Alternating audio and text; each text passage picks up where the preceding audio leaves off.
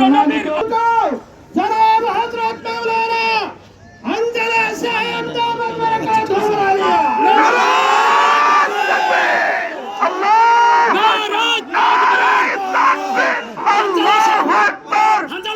এগিয়ে চলো, আমরা আছি তোমার সাথে। চলো সাহেব এগিয়ে চলো। ইন্নাল হামদুলিল্লাহ ওয়াস সালাতু ওয়াস সালামু আলা রাসূলিহিল কারীম ওয়া আলা আলিহি ওয়া আসহাবিহি আজমাইন, আম্মা বা'দ। আউযু বিল্লাহি মিনাশ শাইতানির রাজীম। ওয়া মা আরসালনাকা ইল্লা রাহমাতাল লিল আলামিন। সাদাকাল্লাহুল মাওলানা আযীম। আমি বেশি লম্বা কথা বলবো না।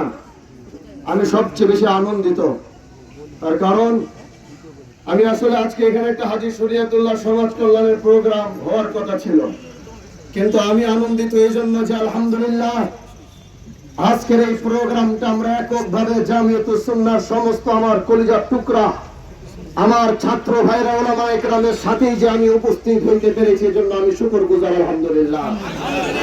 কিন্তু 2 দিন পর পর ভারত থেকে চুলকানি দেওয়া হবে, একদিকে নূপুর শর্মা আর একদিকে রামগিরি, 2 দিন পর পর এসে আপনারা খোঁচাবেন আর বাংলার মানুষ চুপ করে বসে থাকবে, এটা কিন্তু হবে না।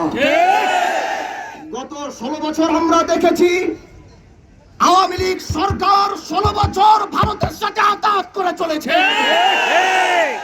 আমরা স্পষ্ট বলতে চাই, ডক্টর ইউনূসকে বলতে চাই, যদি আপনিও ভারতের সাথে এরকম আঘাত করবেন, আপনিও বাংলার মাটিতে থাকতে পারবেন না। স্পষ্ট কথা আমাদের। রামগিরির এই প্রসঙ্গ যদি ঠিক না হবে, তাহলে আমাদের স্পষ্ট বার্তা, ঢাকায় ভারতের রাষ্ট্রদূত থাকতে দেওয়া হবে না।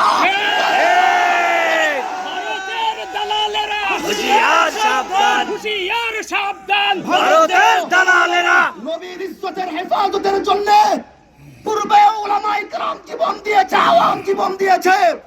আবার যদি নবীর ইজ্জতের হেফাজতের জন্য নিজের জীবনের প্রয়োজন হবে, কারা কারা জীবন দেওয়ার জন্য প্রস্তুত?